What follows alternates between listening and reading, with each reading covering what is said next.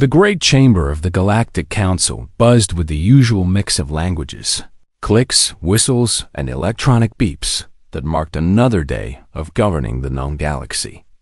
Representatives from 300 different species sat in their designated areas, each zone carefully designed to accommodate their unique biological needs. Some breathed methane, others required zero gravity, and a few existed as pure energy beings housed in crystalline containers. At the center of it all stood the speaker's platform, where today's business would decide the fate of yet another hopeful species seeking membership in the most exclusive club in the galaxy. Ambassador Sarah Chun stepped onto the platform with careful, measured steps. She wore a simple blue uniform that marked her as a representative of Earth, a small blue-green planet located in what most council members considered the absolute middle of nowhere. Her dark hair was pulled back neatly, and her brown eyes scanned the vast assembly with what appeared to be calm confidence. The truth was far different. Sarah's heart pounded as she looked up at row after row of alien faces, tentacles, mechanical sensors, and things that defied easy description. Some of these beings had mastered space travel before humans had even discovered fire. Others had built empires spanning dozens of star systems, while Earth's greatest achievement was putting a few footprints on its own moon. The Council recognizes the representative from the species known as Homo sapiens, announced Speaker Korvash, a tall, thin being whose voice came from a translation device since his species communicated through color changes on their skin. Sarah bowed slightly, following the protocols she had studied for months. Honored members of the Galactic Council, I come before you today to request full membership for the human race in this great alliance of civilizations. A ripple of what might have been laughter passed through parts of the assembly. Sarah pretended not to notice. Councillor Vexhai, representing the powerful Zilithian Empire, rose from his seat. The Zilithians looked almost human except for their blue-tinted skin and the fact that they stood nearly 8 feet tall. Vexhai had been one of the Council's most influential members for over 2 centuries, and his opinion carried enormous weight. The Council has reviewed the reports submitted by our xenobiological survey teams. Vexhai began, his voice carrying easily through the chamber's advanced acoustics. While the species show some promise, our experts have concluded that humans remain primitive. He activated a holographic display that showed various scenes from Earth, cities. Certainly, but they looked small and cramped compared to the gleaming metropolises of established council worlds. Technology that seemed laughably simple next to ships that could cross the galaxy in days rather than decades. The human brain shows moderate intelligence, continued another counselor. This one from the Insectoid Hive Collective. However, they lack the advanced neural processing capabilities we see in truly spacefaring species. Their technology is adequate for basic interplanetary travel, but hardly suitable for integration into our advanced networks. Sarah listened to each criticism without interruption. She had expected this. Earth's first contact with the Galactic Council had happened only 5 years ago, when a human deep space probe had accidentally stumbled into a council monitoring station. Since then, teams of alien scientists had visited Earth to evaluate humanity's potential. Their reports, which Sarah had been allowed to read, painted humans as a species with some interesting qualities, but lacking in the advanced capabilities that made council membership worthwhile. They noted human creativity and adaptability, but dismissed these as minor traits compared to the technological and mental superiority of established council races. Furthermore, added Vexhai, consulting his notes, humans show concerning aggressive tendencies. Their historical records are filled with conflicts and wars. While they have achieved a measure of planetary peace in recent decades, the Council must consider the safety of our member species. This drew murmurs of agreement from around the chamber. Sarah noticed that most of the agreement came from the older, more established civilizations. Some of the newer members, species that had joined the council within the last few centuries, remained silent when the criticisms finally ended. Speaker Corvash gestured for Sarah to respond.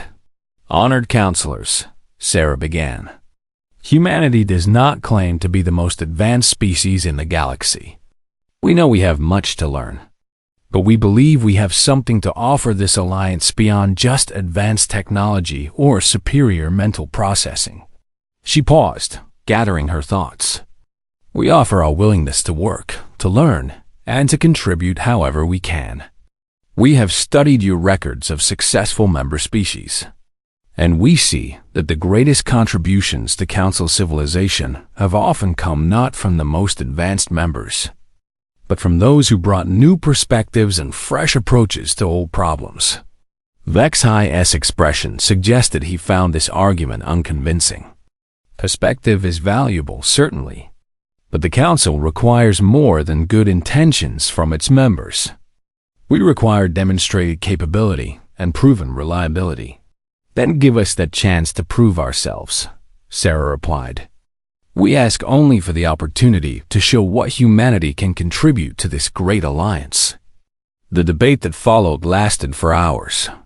Some counselors spoke in favor of giving humanity a chance, pointing out that several current member species had been considered primitive when they first applied.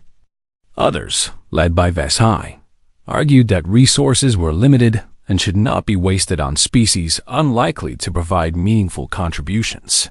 Finally, Speaker Corvash called for a decision. The vote was close, but in the end, the Council agreed to offer humanity what they called probationary membership.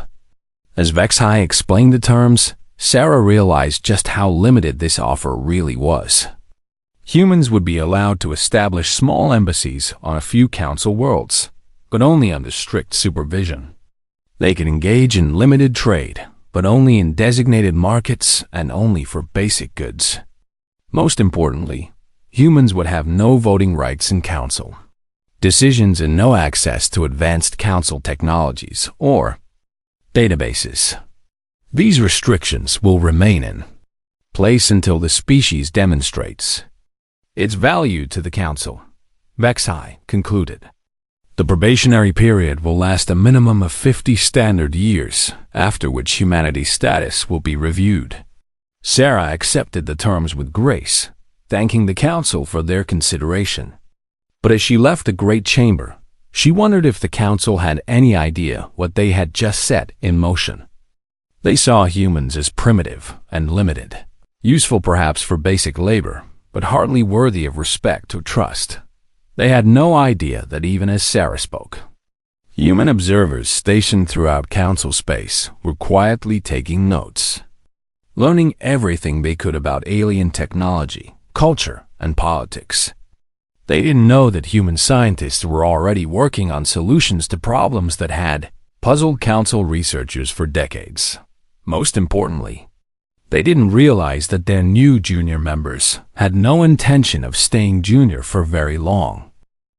Dr. Maria Santos wiped sweat from her forehead as she finished stitching up her latest patient, a Graxian trader whose blue blood had been flowing steadily from a wound that traditional Council medicine had declared untreatable.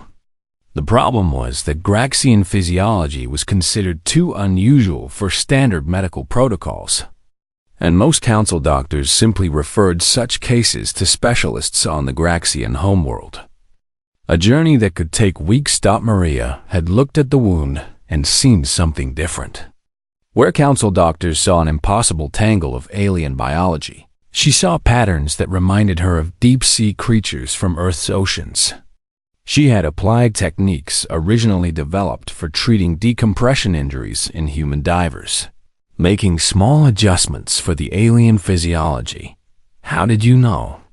asked Dr. Vexhi, a Council medical officer who had been observing. The insectoid doctor's compound eyes reflected genuine curiosity rather than the dismissive attitude Maria usually encountered.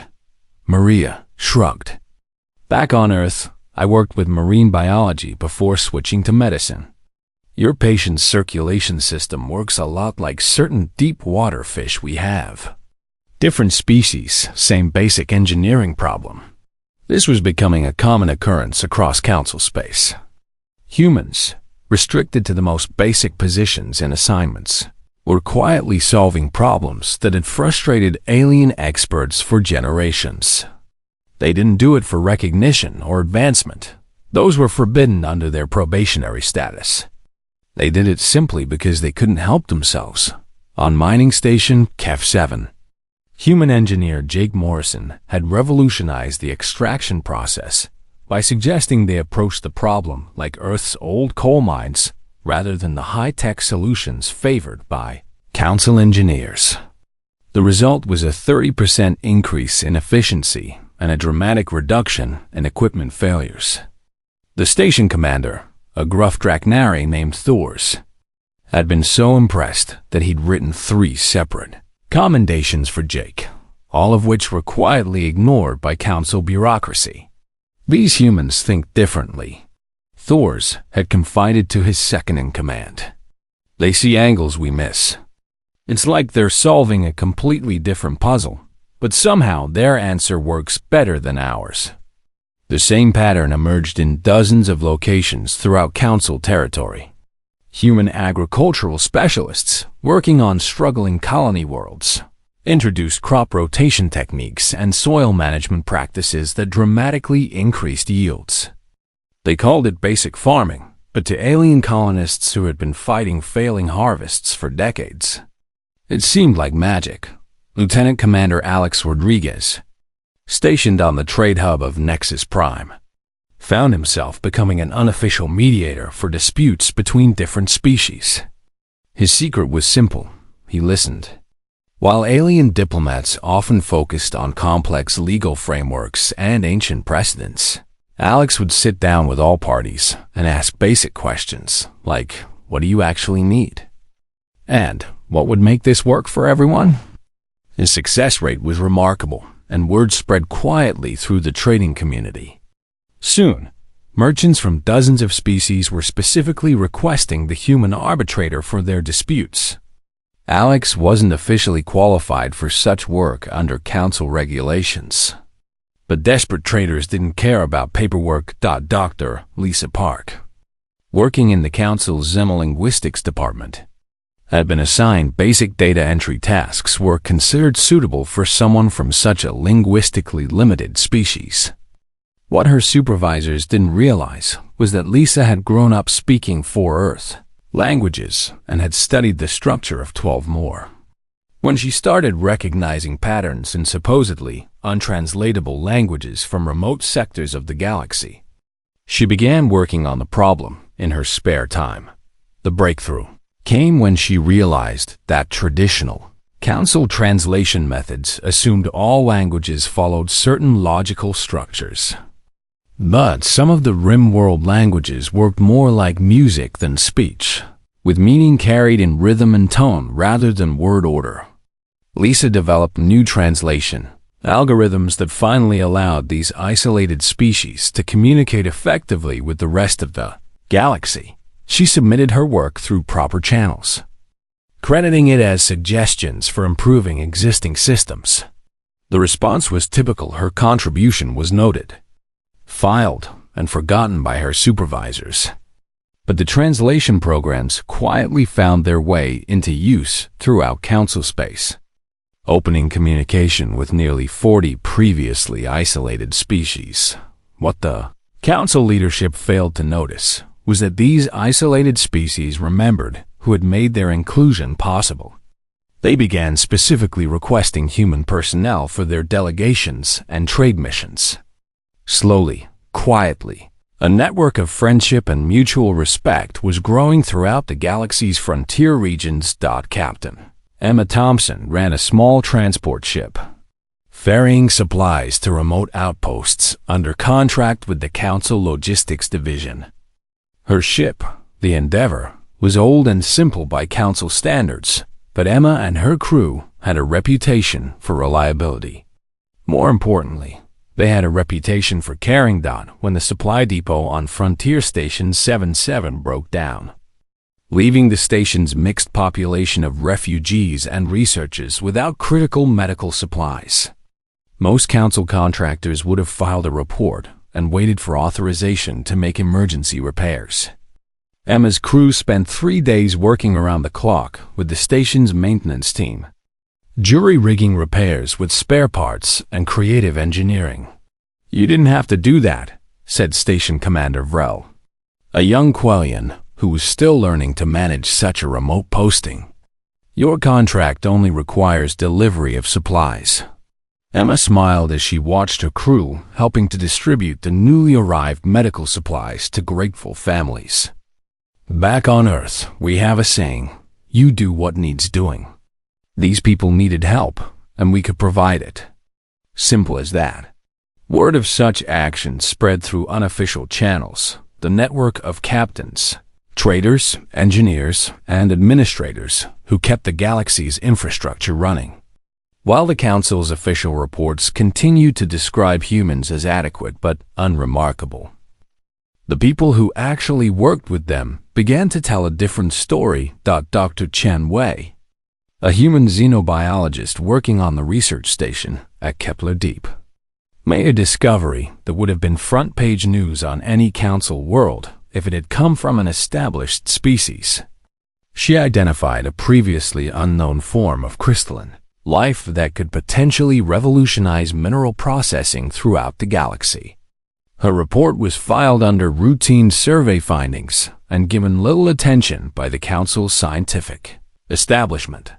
But Chun shared her findings with her research team, which included scientists from 8 different species.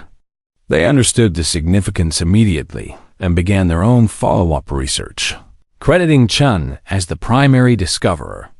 The discovery would eventually lead to major advances in manufacturing technology, but Chun herself would never receive official recognition.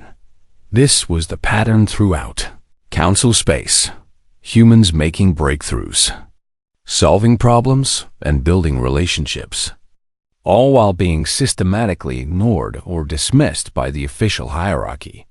They weren't trying to prove anything to the Council leadership. They were simply doing what came naturally, seeing problems that needed solving and finding ways to solve them. Back on Earth, regular reports flowed in from humans working throughout Council space. These reports painted a picture of a galaxy far more complex and interconnected than the Council's official version. They described species struggling with problems that human knowledge could easily address, remote worlds desperate for the kind of practical solutions that humans seem to excel at providing, and a growing sense that the Council's rigid hierarchy was preventing rather than promoting genuine cooperation between species. The humans weren't planning anything dramatic. They weren't building a revolution or plotting to overthrow the established order. They were simply doing their jobs, helping where they could, and learning everything possible about how the galaxy really worked.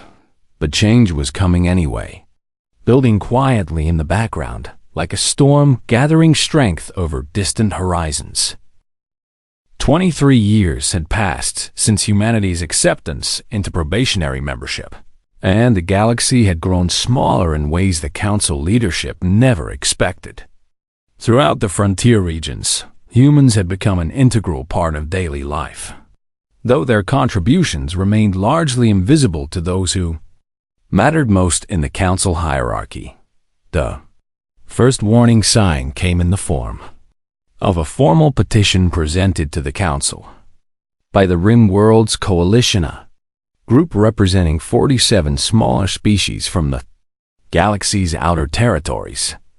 Their request was simple: immediate elevation of humanity to full Council membership. Councilor Vex High read the petition with growing irritation.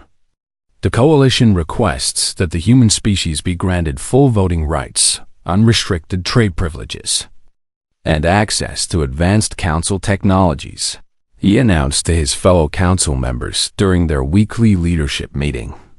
They cite numerous contributions to galactic civilization and describe human personnel as essential to frontier operations. The reaction in the chamber was a mix of surprise and derision. Many council members were genuinely unaware of the extent of human activities throughout their territory.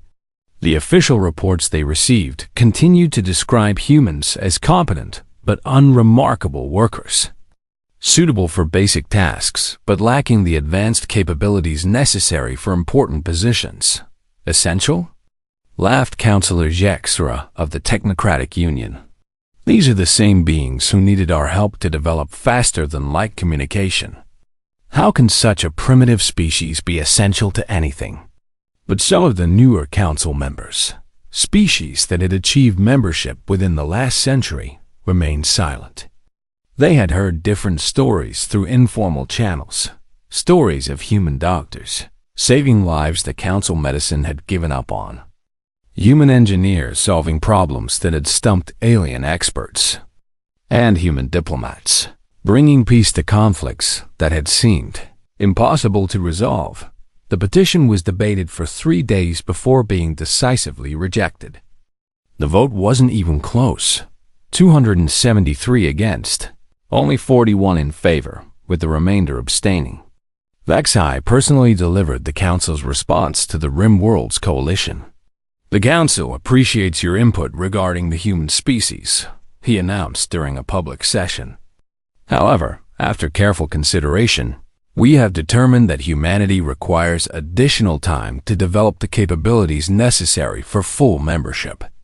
The probationary period will be extended for another 50 standard years, with a complete review to follow." But the rejection came with additional restrictions. Several senior council members, disturbed by what they saw as inappropriate attachment to a junior species, convinced their colleagues that stronger measures were needed to maintain proper order within the galactic community. The new regulations were extensive and humiliating. Humans would no longer be permitted to work on projects classified above basic infrastructure maintenance. They were banned from all research positions involving advanced technology. Most significantly, human personnel were restricted to assignments in the outermost frontier regions, far from the established Council core worlds. These measures are necessary to prevent contamination of proper galactic culture, Vexai explained to his staff. The humans have been allowed too much freedom to interact with impressionable species. It's time to remind everyone of the proper hierarchy. The announcement of the new restrictions sent shockwaves throughout the frontier regions. On dozens of worlds, alien officials found themselves trying to explain to their populations why the humans, who had become essential parts of their communities, were being forced to leave. Dr. Dexy, the insectoid medical officer who had worked with Dr. Santos for nearly 15 years, submitted his resignation from Council Medical Services rather than lose his human colleague. "Dr. Santos has saved more lives than any physician I've known," he wrote in his resignation letter. "If the Council believes her work is somehow inferior because of her species, then the Council has lost its way." Similar protests erupted throughout frontier space. The Draknari Mining Guild formally complained about the loss of human engineering expertise. The Kepler Deep Research Station's entire scientific staff signed a petition demanding that Dr. Chun Wei be allowed to continue her work. Trade associations from 12 different species lodged formal complaints about the disruption to commerce caused by removing human arbitrators and negotiators. All of these protests were noted, filed, and ignored by the Council leadership. In their view, the frontier species had simply become too dependent on human assistance and needed to learn proper self-reliance. The disruption was unfortunate but necessary for maintaining galactic order. What the Council failed to recognize was the depth of resentment building throughout their territory. Species that had experienced genuine partnership and mutual respect with human colleagues found themselves forced back into the rigid hierarchy that characterized traditional Council relationships. Many felt that they were losing not just effective workers, but friends. The situation deteriorated further when the Council announced the Species Purity Doctrine, a new policy designed to prevent what council leaders called inappropriate cultural mixing between advanced and primitive species. Under this doctrine, humans were banned from all major trade routes, restricted from visiting established council worlds except under special permit, and forbidden from participating in interspecies cultural or educational exchanges. Ambassador Sarah Chun, now in her 50s and serving as Earth's primary representative to the Council, requested a private meeting with Councillor Vexhai to discuss the new restrictions. These policies will effectively isolate humanity from galactic civilization, she pointed out during their meeting. How can we demonstrate our development and capability if we're cut off from opportunities to contribute? Vexhai's response was coldly dismissive. Humanity has had more than 2 decades to prove itself worthy of advancement. Instead, we see evidence of an aggressive, chaotic influence that threatens the stability our ancestors spent millennia building. These restrictions are not punishment, they are protection. He gestured to a holographic display showing recent reports from frontier regions. Look at the disruption caused by your species. Established procedures abandoned in favor of untested methods. Traditional hierarchies ignored in pursuit of efficiency. Ancient species protocols violated in the name of cooperation. This is not progress. It is contamination. Sarah listened quietly to the litany of complaints. Every disruption Vexhai described was actually a success story from her perspective: problem solved, lives saved, conflicts resolved. But she could see that the Council leadership viewed these accomplishments not as contributions, but as threats to their carefully maintained order. We never intended to disrupt anything, Sarah replied. We simply tried to help where we could. That is precisely the problem, Vexhai said.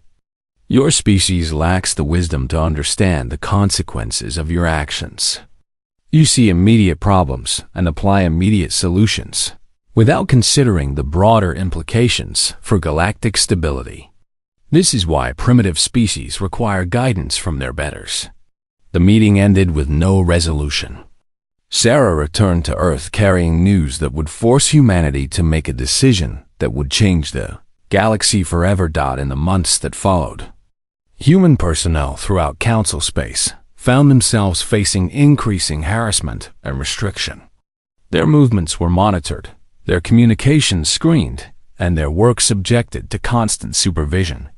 Many were transferred to progressively more remote and unpleasant assignments, clearly designed to encourage them to quit their positions. The message was clear. Humans were no longer welcome in the Galactic Council's vision of civilized space. They could remain as a marginal, supervised presence on the absolute frontier, or they could leave entirely. Those were the only options the Council was prepared to offer. Back on Earth, the government and people faced a choice that no one had wanted to make. They could accept permanent second-class status in a galaxy that clearly didn't want them, or they could find a different path forward. The decision, when it came, surprised everyone, including the humans who made it. But it shouldn't have.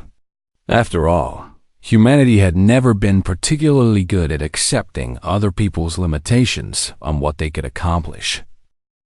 The announcement came not as a dramatic declaration or angry protest, but as a simple administrative notice posted on Earth's official diplomatic channels. The human government regrets to inform the Galactic Council that all human personnel will be concluding their assignments within Council space over the coming standard year. We thank the Council for the opportunity to serve and wish all member species continued prosperity. No demands. No ultimatums. No threats or angry speeches about unfair treatment. Just a polite, professional notification that humanity had decided to leave. Most Council officials barely noticed the announcement at first. After all, human personnel were scattered throughout the frontier regions where few important Council members ever traveled. The departure of a species that had never been granted full membership seemed like a minor administrative matter. Counselor Vexhai, however, understood the implications immediately. "They're calling our bluff," he told his staff during their morning briefing. "They think if they leave, we'll panic and offer them better terms to come back." His chief of staff, a young Zilithian named Kexmo, looked troubled. "Sir, the reports from frontier regions suggest that human personnel have become quite integrated into local operations. Their departure might cause more disruption than we anticipated." Vexhai waved dismissively. "Temporary inconvenience at most. These frontier species have grown too dependent on outside help. Learning to manage their own affairs will be good for them in the long run." But even as the council leadership maintained their confident facade, the reality of human departure began to unfold across the galaxy in ways no one had expected. Dr. Santos spent her final weeks at the frontier medical center training her replacement, a highly qualified Graxian physician who had volunteered for the difficult assignment. The training went well until they encountered their first complex case. A Quillic trader suffering from a rare metabolic disorder that affected the delicate balance between her 3 different circulatory systems. The standard treatment protocol calls for immediate transport to a council medical facility, the Graxian doctor explained, consulting his medical database. But the nearest facility with appropriate equipment is 6 weeks away. She won't survive the journey. Santos looked at the patient, then at the limited equipment available at their frontier facility. "Back on Earth, we have a condition called diabetes that affects how the body processes energy. It's not the same as what she has, but the basic principle is similar. We might be able to stabilize her systems using modified dialysis equipment." She spent the next 48 hours walking her replacement to an improvised treatment that saved the Quillic trader's life. As she packed her belongings, the Graxian doctor asked quietly, "What am I supposed to do when the next impossible case arrives?" "Contact the council medical authorities and follow standard protocols," Santos replied. "That's what the regulations require." They both knew that following standard protocols would mean watching patients die from conditions that human innovation might have saved. Similar scenes played out across dozens of worlds. Jake Morrison, the human engineer who had revolutionized mining operations on Kef 7, spent his final months training station commander Thor's on the maintenance procedures for equipment that had been running flawlessly for over 20 years. "I don't understand half of what you've done here," Thor's admitted as they walked through the modified mining systems. "The theoretical principles are sound, but the practical applications, it's like you rebuilt everything from the inside out." Morrison nodded. "We had to. The standard council designs weren't working for the mineral compositions you have here. We adapted earth mining techniques and combined them with some innovations from the Kalari crystalsmiths. It works, but it's not exactly standard procedure. What happens when something breaks after you're gone?" Morrison handed him a thick manual of maintenance procedures. "Everything you need is in there. But honestly, when major components fail, you'll probably need to go back to standard council equipment. It won't be as efficient, but it'll be easier to get spare parts and technical support." Thors looked at the manual and then at the mining equipment that had made his station one of the most productive in the sector. "And if we can't maintain production levels?" Morrison shrugged sadly. "That's not my problem to solve anymore." Throughout the frontier regions, human personnel began the complex process of concluding their assignments.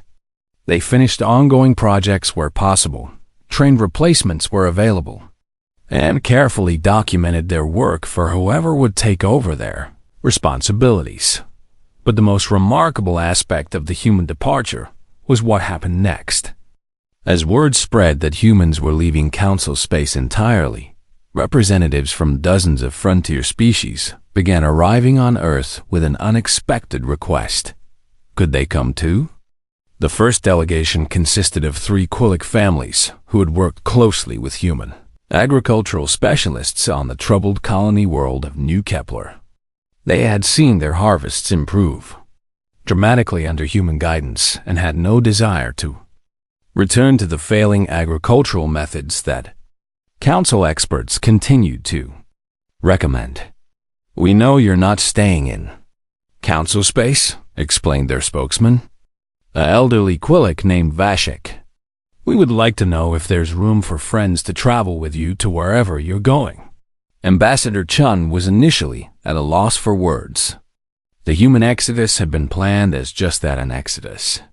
The idea that other species might want to leave with them had never been seriously considered. But the Quillic delegation was followed by others. A group of Graxian doctors who had learned human medical techniques. Several Draknari mining clans who had worked with human engineers. Representatives from the isolated Rim world species that human translators had finally connected to the broader galaxy. Within months, Earth's diplomatic service found itself coordinating not just a human departure from council space, but a much larger migration that included nearly 24 different species, representing millions of individuals who had decided that the future lay not with the council, but with humanity's journey into the unknown. The logistics were staggering. Humans had been planning to modify their existing colony, ships and exploration vessels for the journey beyond council territory. Now they needed to accommodate wildly different biological requirements for species that breathed different atmospheres, ate different foods, and had completely different ideas about proper living spaces. Captain Emma Thompson found her modest transport ship, the Endeavor, serving as the flagship for a growing fleet of vessels from across the frontier regions. Her crew, originally just 12 humans, now included Quillic navigators, Graxian medical officers, and a Draknari engineer who had insisted that someone needed to keep the ship's aging systems running properly. "I never signed up to captain an interstellar refugee convoy," Emma told her first officer as they reviewed the departure schedules for their section of the fleet. "Did any of us sign up for any of this?" replied Lieutenant Rodriguez, who had somehow become the unofficial coordinator for the entire migration. "But here we are, and these people are counting on us to figure it out." The human government found itself facing an unexpected responsibility. They had planned for their own species' departure from council space, but they now had allies and friends who wanted to share that uncertain journey. Saying no was unthinkable, but saying yes meant accepting responsibility for the future of dozens of species and millions of lives. In the end, the decision was made the same way humans had been making decisions throughout their time in council space.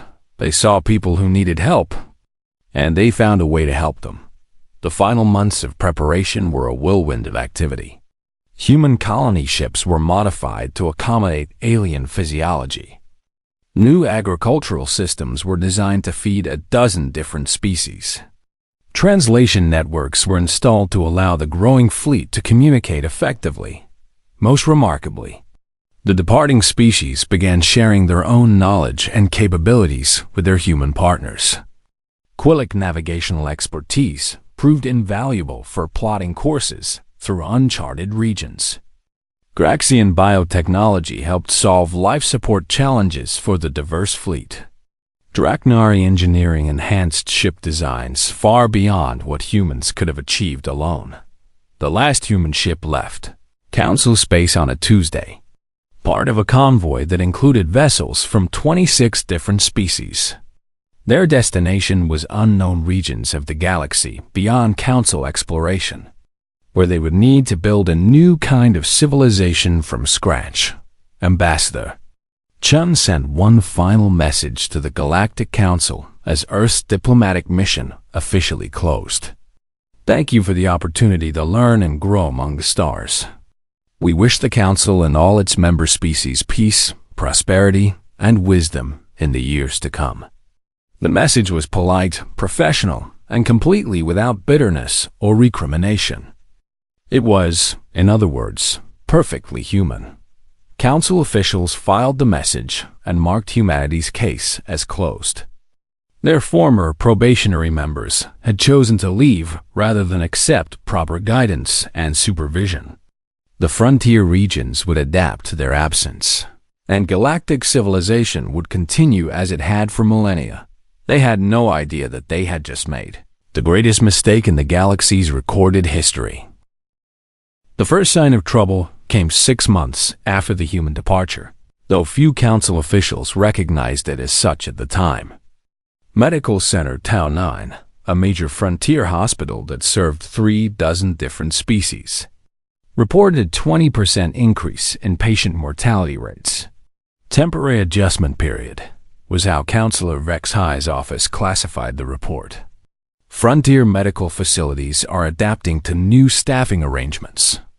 Mortality rates will stabilize once proper council medical protocols are fully implemented. But the mortality rates didn't stabilize. They continued to climb as frontier medical centers struggled to treat conditions that their human colleagues had routinely handled with improvised techniques and creative adaptations of standard equipment. The complex cases that Dr. Santos and her human colleagues had solved with their cross-species medical knowledge were now being sent to core world facilities when transportation was available and when patients could survive the journey. Mining Station KEF 7 lasted 8 months before Station Commander Thors was forced to shut down 3 of his primary extraction facilities. The equipment that Jake Morrison had so carefully adapted continued to function, but when critical components began failing, the replacement parts designed for standard council equipment simply didn't fit. Attempts to reverse engineer the human modifications proved futile. The theoretical knowledge existed, but the practical understanding of how to implement it had left with the human engineers. Productivity is down 60%, Thors reported to his superiors in the Draknori Mining Guild. We can maintain basic operations with standard equipment, but we've lost most of our competitive advantage. If the situation doesn't improve, we'll need to request substantial subsidies to remain viable. Similar reports began filtering in from across the frontier regions. Agricultural centers that had thrived under human guidance found themselves facing crop failures as they struggled to maintain the complex rotation and soil management systems their human advisors had developed. Trade disputes that human arbitrators had prevented were erupting into conflicts that standard council diplomatic procedures seemed unable to resolve. The translation networks that had connected isolated I'm world species to the broader galactic community began failing as human-developed algorithms proved impossible to maintain without their creators' input. Within a year, 43 species found themselves effectively cut off from galactic civilization once again.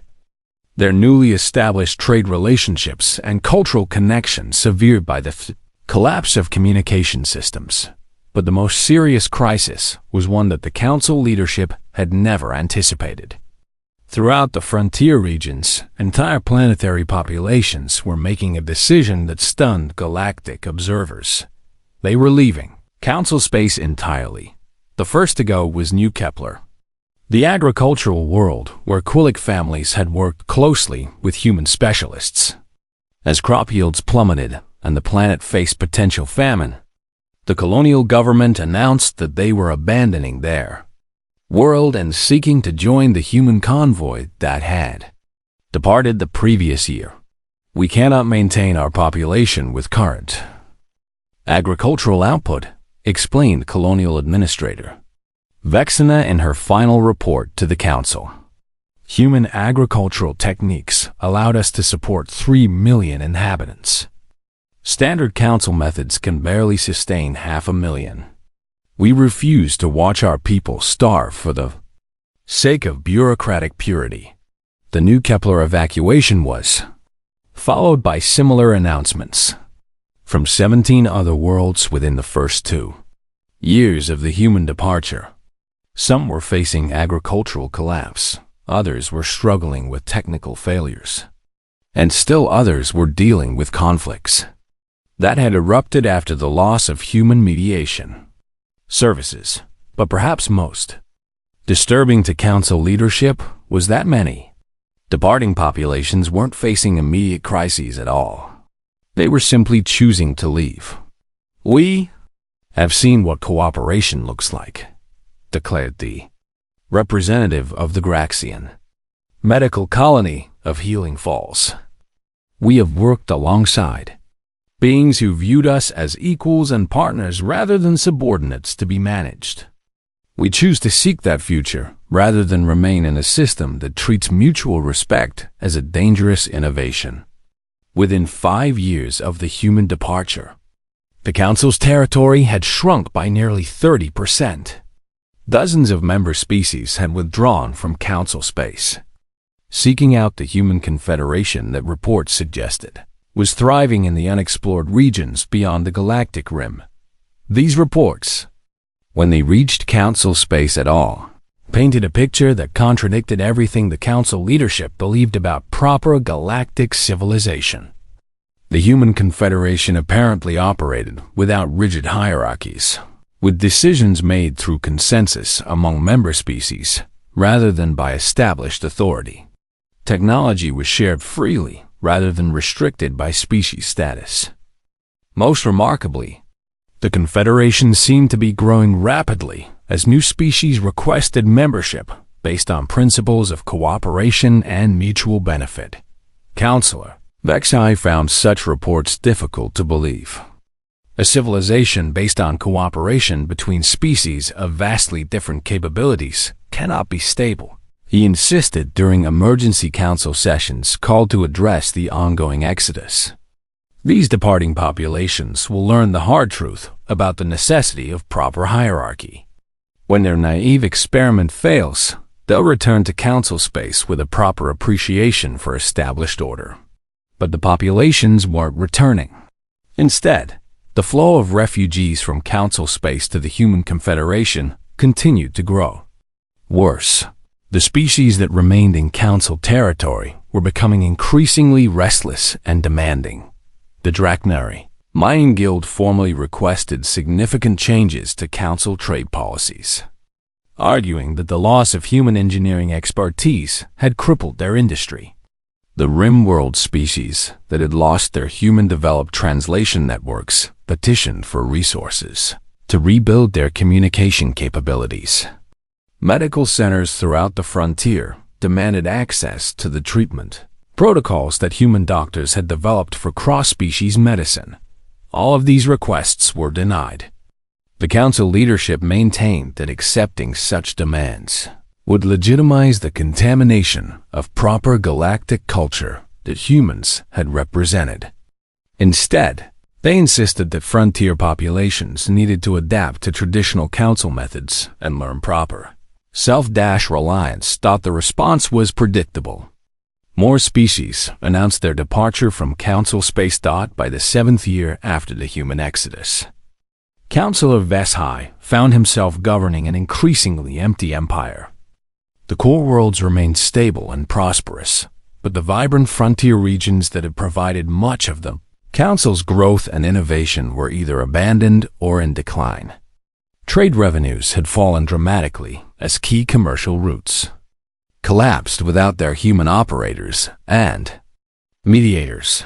Perhaps most troubling of all were the intelligence reports filtering in from the boundary regions between council space and the human confederation. These reports described a thriving civilization that seemed to violate every principle of proper galactic order, yet was somehow achieving unprecedented levels of cooperation and prosperity among dozens of diverse species. The final blow to Vexhai's confidence came in the form of a message from Captain Emma Thompson, now apparently serving as an admiral in the Confederation fleet. The message was addressed personally to him and was delivered through diplomatic channels with all the formality of an official communication between sovereign governments. Honorable Counselor Vex High, the message began. I hope this communication finds you well. I am writing to inform you that the Terran Confederation would be pleased to open formal diplomatic relations with the Galactic Council, should the Council express interest in such an arrangement. We believe that our two civilizations could benefit from peaceful coexistence and mutually beneficial trade relationships.